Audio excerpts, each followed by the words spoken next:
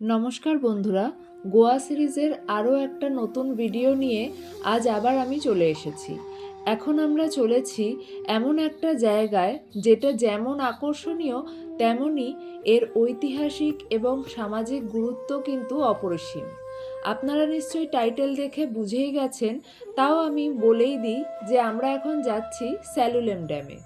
এই জায়গাটা সম্পর্কে অনেক কিছু পড়েছি, জেনেছি, কিন্তু নিজের চোখে দেখার সুযোগ হয়নি। তাই এখন যাচ্ছি সেই উদ্দেশ্যেই, যাকে বলে চক্ষুকর্ণের বিবাদ ভঞ্জন করতে। এই ড্যামটি স্যাঙ্গুইম শহর থেকে প্রায় 5 কিলোমিটার দূরে গুলেলি নদীর ওপর অবস্থিত, যেটা জুয়ারি নদীর একটি শাখা নদী। গন্তব্যে পৌঁছানোর আগে চলুন এই ড্যাম বিষয়ে যেটুকু আমি পড়েছি বা জেনেছি সেটা আপনাদের সাথে একটু শেয়ার করে নিই। আশা করি ভালো লাগবে। এই স্যালুলেম ড্যামটি হলো স্যালুলেম ইরিগেশন প্রজেক্টের একটি অবিচ্ছেদ্য অংশ। এই প্রকল্পের মূল লক্ষ্য ছিল কৃষিকাজের জন্য জল সরবরাহ করা এবং সাউথ গোয়ার মানুষদের জন্য পানীয় জল পৌঁছে দেওয়া। প্রথম দিকে এই প্রকল্পের মাধ্যমে প্রায় 14,326 হেক্টর জমিতে সেচের সুবিধা দেওয়ার পরিকল্পনা ছিল এবং সাউথ গোয়ায় দৈনিক 160 মিলিয়ন লিটার পানীয় জল সরবরাহ করার লক্ষ্য নেওয়া হয়েছিল। সময়ের সঙ্গে সঙ্গে এই জল সরবরাহের পরিমাণ বাড়িয়ে এখন প্রায় 380 মিলিয়ন লিটার প্রতিদিন করা হয়েছে, যা গৃহস্থালী এবং শিল্প দুটোর কাজেই ব্যবহার করা হয়। এই প্রকল্পটি প্রথম অনুমোদিত হয় 1971 সালে। তখন এর খরচ ধরা হয়েছিল মাত্র 9.61 কোটি টাকা।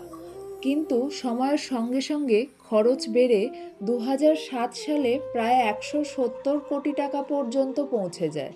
ড্যামের কাজ শুরু হয়েছিল 1976 সালে আর নির্মাণ শেষ হয় 2000 সালে।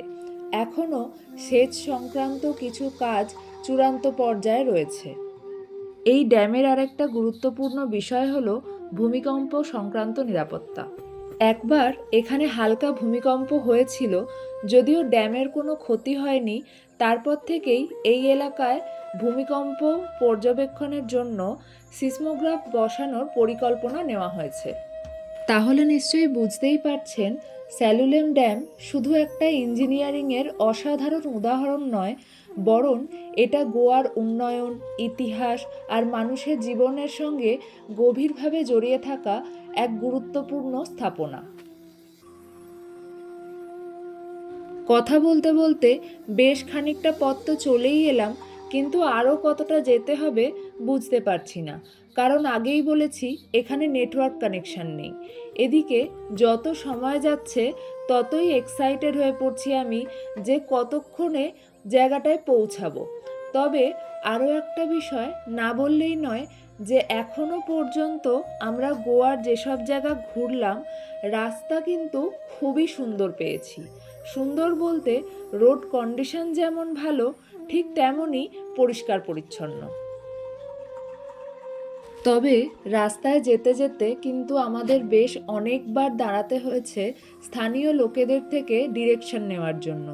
তবে এখানকার লোকজন খুবই হেল্পফুল, তাই চিন্তার কোনো কারণ নেই।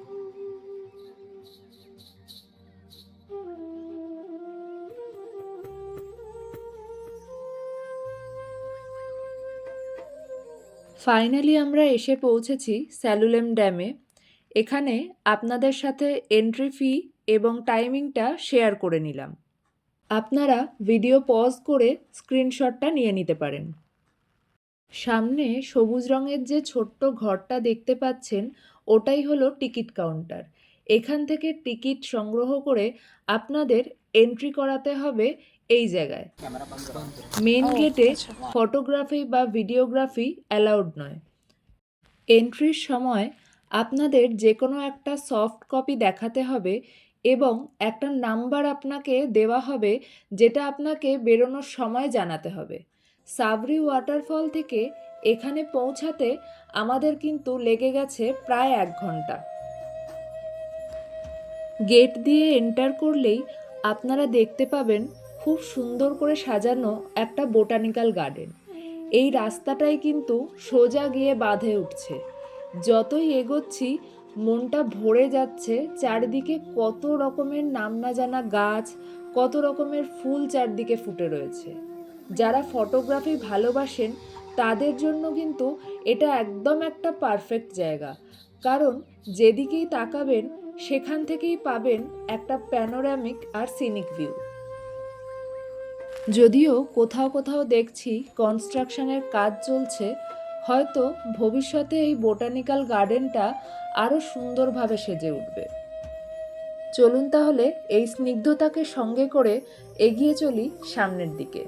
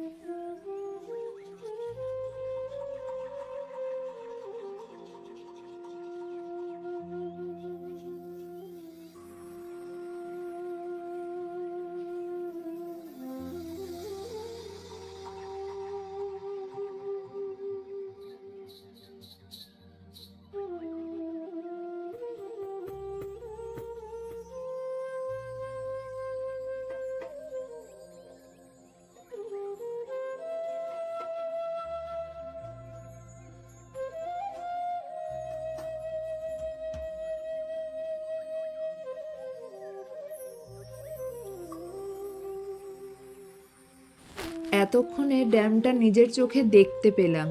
দেখি ওঠার সিঁড়িটা আর কত দূর।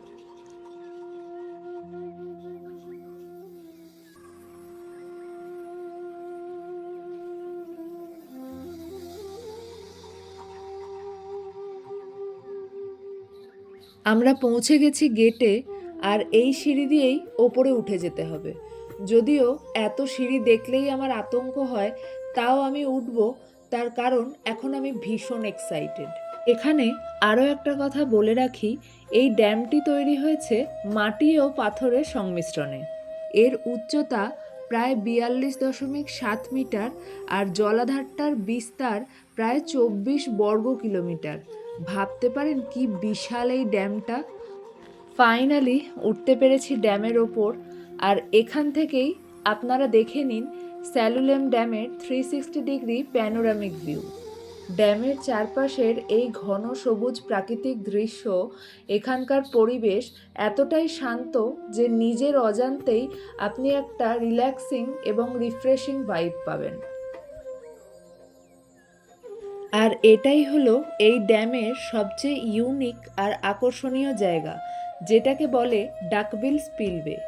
হাঁসের ঠোঁটের আকারে তৈরি এই বিশেষ আর্কিটেকচার, যার কারণে অনেক কম জায়গায় অনেক বেশি পরিমাণ জল নির্গমন হতে পারে। এটি তুলনামূলকভাবে কম জায়গায় একটা দীর্ঘ বাঁধের মতো কাজ করে। ড্যামটি যখন অতিরিক্ত জলে ভরে যায় তখন এই বিশেষ স্পিলওয়ে দিয়ে জল বাইরে বেরিয়ে যায়। ভয়ঙ্কর বন্যার সময়ও প্রায় 1450 কিউবিক মিটার প্রতি সেকেন্ড জল নিষ্কাশন করার ক্ষমতা রাখে এই স্পিলওয়েটি।